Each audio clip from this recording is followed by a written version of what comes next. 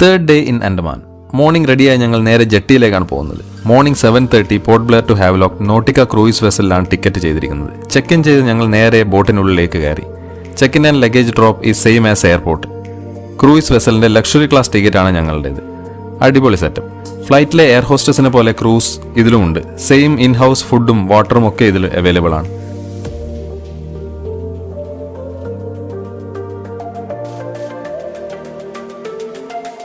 അങ്ങനെ കടലിലൂടെ ഒരു 1.5 മണിക്കൂർ യാത്ര ചെയ്ത് ഞങ്ങൾ ഹാവ്ലോക്ക് ഐലൻഡിൽ എത്തിയിരിക്കുന്നു.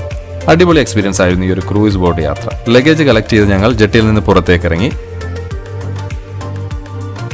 ഇവിടെ ഞങ്ങളുടെ ടൂർ കോർഡിനേറ്റർ നെയിം ബോർഡ് പിടിച്ച് ഞങ്ങളെ റിസീവ് ചെയ്യാൻ കാത്തിരിക്കുന്നുണ്ടായിരുന്നു. ഫസ്റ്റ് നമുക്ക് റിസോർട്ടിലേക്ക് പോകാം. ഹാവ്ലോക്ക് ഐലൻഡിലെത്തി ഞങ്ങൾക്ക് ഹാവ്ലോക്ക് ഇറങ്ങാൻ ഇതാ നമുക്ക് വീണ്ടും ഒരു 7 സീറ്റർ കാർ കിട്ടിയിരിക്കുന്നു. നേരെ റിസോർട്ടിലേക്ക്. വെൽക്കം ഡ്രിങ്ക് കഴിച്ച് ചെക്ക് ഇൻ ചെയ്ത് സാധനങ്ങൾ റൂമിലേക്ക് എത്തിച്ചു. നമ്മുടെ 2 ഡേ ഹാവ്ലോക്ക് സ്റ്റേ ഇവിടെ ലെമൺ ഗ്രാസ് ബീച്ച് റിസോർട്ടിലാണ്. ലഗൂൺ കോട്ടേജ് ആണ് ഇവിടെ ബുക്ക് ചെയ്തിരിക്കുന്നത്. കോട്ടേജിലേക്ക് എൻട്രി ചെയ്യാം. വലിയ അടിപൊളി room with king size bed, AC, TV and washroom നമുക്ക് നോക്കാം. Wow, clean and beautiful. ഇതാണ് ഇനി 2 ഡേയ്സിൽ നമ്മുടെ സ്റ്റേ. അടിപൊളി റൂം, പുറത്തിറങ്ങിയാൽ അടിപൊളി വ്യൂ വിത്ത് സിറ്റ് ഔട്ട്. അപ്പോൾ ഒരു ചായ ഒക്കെ കുടിച്ച് ഇവിടെ കുറച്ചേരം ഇരുന്ന് റെസ്റ്റ് എടുക്കാം. Havelock lemon grass beach resort. റൂമിൽ നിന്ന് പുറത്തിറങ്ങിയാൽ നേരെ ബീച്ച്. ഹാവ്ലോക്കിലെത്തി കുറച്ചു നേരം റെസ്റ്റ് എടുത്ത് ഞങ്ങൾ നേരെ റിസോർട്ടിന്റെ പ്രൈവറ്റ് ബീച്ചിലേക്ക് ഇറങ്ങി. എന്തൊരു കാഴ്ചയാണെന്നറിയാം. ബ്ലൂ വാട്ടർ, ശാന്തമായി കിടക്കുന്ന കടൽ, ബീച്ചിന് തണലായി മരങ്ങൾ.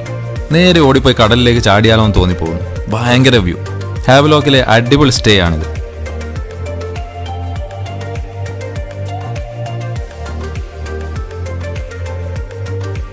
സമയം 11:30 ആയി. ടാക്സി വരും ഇപ്പോൾ പിക്ക് ചെയ്യാൻ. ഹാവ്ലോക്കിൽ ആദ്യം നമ്മൾ പോകുന്നത് കാലാപത്തർ ബീച്ചിലേക്ക്. ഹാവ്ലോക്കിൽ one of the famous beach. തണൽ മരങ്ങൾ നിറഞ്ഞ ഒരു അടിപൊളി ബീച്ച്. മുന്നിൽ വിശാലമായി പരന്നു കിടക്കുന്ന നീലയും പച്ചയും കലർന്ന കടൽ. കടലിന് ഇത്ര ഭംഗിയൊന്നും ഇവിടെ വന്നു കഴിഞ്ഞാലാണ് നമുക്ക് തോന്നിപ്പോവുക. കാലാപത്ര എന്ന പേര് വന്നത് ഡെഡ് കോറൽസ് ബ്ലാക്ക് സ്റ്റോൺ പോലെ കിടക്കുന്ന ബീച്ച് ആയതുകൊണ്ടാണ് എന്നാണ് പറയുന്നത്. ഞങ്ങൾ ഈ ഉച്ചവെയിലിൽ കടലിൽ ഇറങ്ങി കുറച്ച് കളിച്ചു, കുറച്ച് ഫോട്ടോസ് എടുത്തു. ഇവിടെ ബീച്ച് സൈഡിൽ ഒരുപാട് സുവനീർ ഷോപ്സും ഫുഡ് സ്റ്റോൾസും ഉണ്ട്. ഇവിടെ നമ്മൾ നേരെ പോകുന്നത് രാധാനഗർ ബീച്ചിലേക്കാണ്. അങ്ങനെ കാലാപത്തർ ബീച്ചിൽ കളിച്ച് ഹാപ്പിയായി നേരെ നമ്മൾ ആൻഡമാനിലെ ഫേമസ് ആയ രാധാനഗർ ബീച്ചിലേക്കാണ് ഇപ്പോൾ പോയിക്കൊണ്ടിരിക്കുന്നത്. ലഞ്ച് ടൈം ആയതുകൊണ്ട് തന്നെ നല്ല വിശപ്പ്. ഇവിടെ കണ്ട നല്ലൊരു റെസ്റ്റോറൻറ്റിൽ കയറി. അത്യാവശ്യം കൊള്ളാവുന്ന നീറ്റായിട്ടുള്ളൊരു ഷോപ്പ്. ഇവിടെ ഇങ്ങനെ ഫ്രഷ് ഫിഷും ക്രാബും ഒക്കെ കൊണ്ടുവന്ന് കാണിച്ച് നമ്മൾ പറയുന്നത് ഫ്രൈ ആക്കി തരുന്ന സിസ്റ്റമാണ്. 500 രൂപ മുതലാണ് സ്റ്റാർട്ടിംഗ് റേറ്റ്. ഞങ്ങളൊരു ചിക്കൻ താലിയും ഫിഷ് താലിയും പറഞ്ഞു, കൂടെ പ്രോൺസ് ഫ്രൈയും. ബംഗാളി സ്റ്റൈൽ താലിയാണ് ഇവിടെ മിക്ക സ്ഥലത്തും കിട്ടുന്നത്. അടിപൊളി ടേസ്റ്റ് ആണെല്ലാം.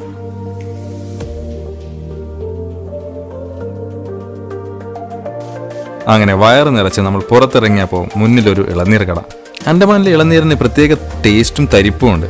കറക്കത്തിനിടയിൽ ബോഡി റീഹൈഡ്രേറ്റ് ചെയ്യാൻ ഇതിലും നല്ല സാധനം വേറെയില്ല. 50 രൂപ മാത്രം. അങ്ങനെ കയ്യും പിടിച്ച് ഞങ്ങൾ രാധാനഗർ ബീച്ചിലേക്ക്. Radhanagar beach world 7th beautiful beach. നീലാകാശത്തിന് താഴെ പരന്നു കിടക്കുന്ന നീലക്കടൽ. ഇവിടെ ഏറ്റവും ബ്യൂട്ടിഫുൾ ആൻഡ് ക്ലീൻ ബീച്ചാണിത്. ബീച്ച് സൈഡിൽ വളർന്നു നിൽക്കുന്ന മരങ്ങളുടെ തണലിൽ ഫുള്ളി നാച്ചുറൽ ഫ്രണ്ട്ലി ആയി ഇരിക്കാനുള്ള അറേഞ്ച്മെന്റ്സും ഹട്ട്സും റെസ്റ്റിംഗ് പ്ലേസും ഒക്കെ ഭംഗിയായി ഉണ്ടാക്കിയിരിക്കുന്നു. ഈ ഒരു വ്യൂ കാണുമ്പോൾ തന്നെ നമ്മൾ വിദേശത്തേതോ ബീച്ചിലാണെന്നാണ് തോന്നിപ്പോകുന്നത്. ഉഫ്, എന്തൊരു ഭംഗി! നീലക്കടലും നീലാകാശവും വെള്ള മണൽത്തരികളും പച്ചപ്പും ഒക്കെ ചേർന്ന് ഒരു രക്ഷയില്ലാത്ത വ്യൂ. ഒരാളിവിടെ കളി തുടങ്ങിയിട്ടുണ്ട്.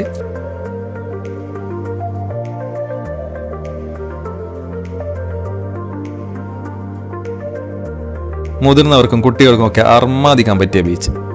ഇനി ഇവന്റെ അർമാദം.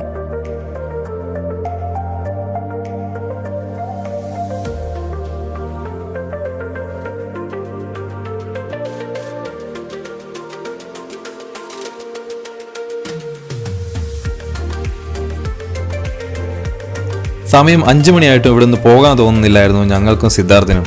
നേരം ഇരുട്ടി തുടങ്ങിയതുകൊണ്ട് ഒരുവിധം സിദ്ധാർത്ഥിനെ എടുത്ത് കാറിലിട്ട് ഞങ്ങൾ റിസോർട്ടിലേക്ക്. അങ്ങനെ ഫുൾ ഡേ രാധാനഗർ ബീച്ചിലും കാലാപത്തർ ബീച്ചിലും അടിച്ചു പൊളിച്ച് റിസോർട്ടിലെത്തി ഫ്രഷായി നനഞ്ഞ ക്ലോത്തൊക്കെ ഉണക്കാനിട്ട് ഞങ്ങൾ പുറത്ത് കടൽക്കാറ്റ് കൊള്ളാൻ ഇറങ്ങിയതാണ്. റിസോർട്ടിന്റെ നൈറ്റ് വൈബ് വേറെ ലെവലാണ്. മോർണിംഗ് കണ്ട ഇവരുടെ പ്രൈവറ്റ് ബീച്ച് നൈറ്റിൽ ലൈറ്റിംഗ് ഒക്കെ വെച്ച് വേറെ വൈബ് ആക്കിയിട്ടുണ്ട്. ബാക്ക്ഗ്രൗണ്ടിൽ ലൈറ്റ് മ്യൂസിക്കും അടിപൊളി. മോർണിംഗ് കണ്ട സുന്ദരമായ കടലാണ് ഈ കല്ല് നിറഞ്ഞു നിൽക്കുന്നത്. എന്താണെന്നല്ലേ, വേലിയിറക്കത്തിൽ കടൽ ഉൾവലിഞ്ഞതാണ്. ഇവിടെ അമ്മയും മകനും കടൽക്കാരൊക്കെ കൊണ്ട് ഊഞ്ഞാലാടി എൻജോയ് ചെയ്യുന്നു. ഞങ്ങൾക്ക് ഭയങ്കര ഇഷ്ടമായി ഈ റിസോർട്ട്. ശരിക്കും ബീച്ച് വൈബ് എൻജോയ് ചെയ്യാൻ പറ്റുന്ന റിസോർട്ട്. സമയം രാത്രി 7:30. റിസോർട്ടിൽ റെസ്റ്റോറൻറ്റ് ഉണ്ടെങ്കിലും ഡിന്നർ അന്വേഷിച്ച് ഞങ്ങൾ പുറത്ത് നടന്നു. ഫൈനലി അധികം നടക്കാതെ ഞങ്ങൾ ഒരു അടിപൊളി റെസ്റ്റോറൻറ്റ് കണ്ടെത്തി, ഷേർഷാ കഫേ. നൈസ് ലൈറ്റിങ്ങും ആംബിയൻസും ഒക്കെ. മെനു നോക്കിയപ്പോൾ റേറ്റും ഓക്കെയാണ്. അങ്ങനെ ഓർഡർ കൊടുത്ത് ഞങ്ങൾ ഇങ്ങനെ ഇരിക്കുക. പുറത്ത് നല്ല മഴയും. ഓരോ ഐറ്റംസ് വന്നു തുടങ്ങിയിട്ടുണ്ട്. ചിക്കൻ സോൾട്ട് ആൻഡ് പെപ്പറും ചപ്പാത്തിയും സിദ്ധാർത്ഥിന്. സീ ഫുഡ് പാസ്ത ഞങ്ങൾക്കും.